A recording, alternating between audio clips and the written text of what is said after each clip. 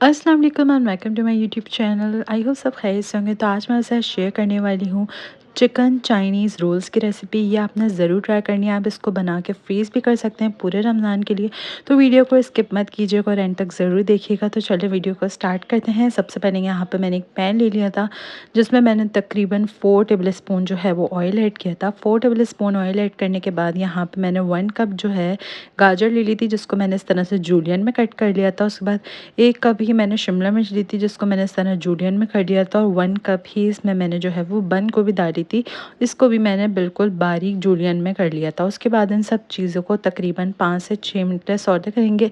बिल्कुल medium flame पे करना है ज़्यादा। जब सारी वेजिटेबल्स अच्छे से सौते हो जाएंगी तो अब हम इसमें अपने स्पाइसेस ऐड करेंगे। सबसे पहले यहाँ पे मैंने 2 टेबल स्पून जो है वो सोया सॉस ऐड की थी। उसके बाद 1 टेबल स्पून इसमें मैंने विनेगर ऐड किया है और 1 टेबल स्पून ही इसमें मैं जो है वो रेड चिली सॉस ऐड कर रही हूँ।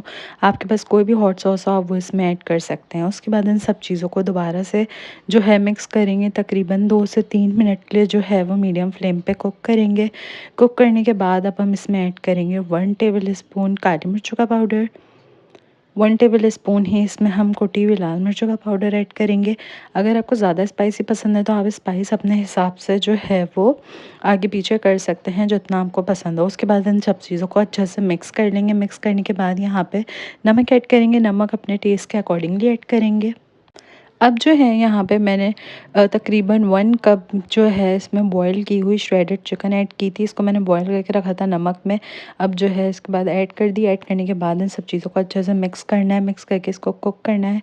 कुक करने के बाद अब इसमें 1 टेबल स्पून जो है वो सफ़ेद मिर्चों का पाउडर यानी वाइट पेपर पाउडर ऐड करेंगे। अगर ये नहीं है तो इट्स ऑप्शनल, आप ना ऐड करें, इट्स ओके।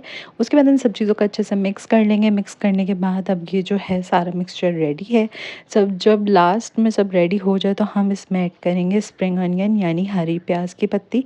उसके बाद इसको मैंने छोटा छोटा जो है वो कट करके ऐड कर लिया था। ऐड करने के बाद इन सब चीज़ों को अच्छे से मिक्स करना है।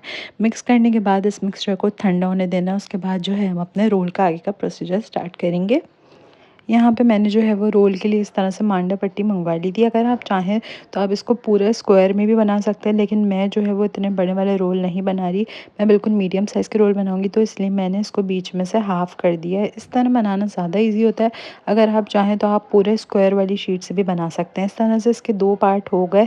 अब आप देख सकते हैं इसको एक एक करके हमें पट्टी को निकालना है और इस तरह से इसको बनाते जाना है। ये पूरा प्रोसीजर मैंने बहुत ईजिली जो है वो स्लो वीडियो में बताया है कि इसको किस तरह से हमें इसकी फोल्डिंग करनी है। सबसे पहले यहाँ पे इस तरह से मिक्सचर रखना है। मिक्सचर रखने के बाद हमें पट्टी को जो है वो ट्रायंगल शेप में रखना है अपने साइड पे। उसके बाद इस तरह से मिक्सचर डालेंगे। मिक्सचर डालने के बाद हमें इसको दोनों तरफ से पैक करना है। पैक करने के बाद इसको रोल कर देंगे। और ये जो मैंने इसको चिपकाने के लिए एग वॉश का यूज़ नहीं किया, मैंने इसमें जो है वो आटे की लाई बना के लगाई थी। अगर आप चाहें तो इसमें एग वॉश भी यूज़ कर सकते हैं, कोई भी चीज़ यूज़ कर सकते हैं। तो अब इस तरह से एंड पे जो इसके कॉर्नर पे हम इस तरह से आटे की लई लगाएंगे और जो है इसको पैक कर देंगे। पैक करने के बाद सारे रोल जो है वो इसी तरह बना लेंगे। बना के फ्रीज़ भी आप कर सकते हैं। तकरीबन इसको महीना 1.5 महीना आराम से ये फ्रीज़ हो जाता है। मैंने यहाँ पे सारे रोल बना कर तैयार कर लिए थे। तैयार करने के बाद अब जो है मैं इसको फ्रीज़र में रख दूँगी।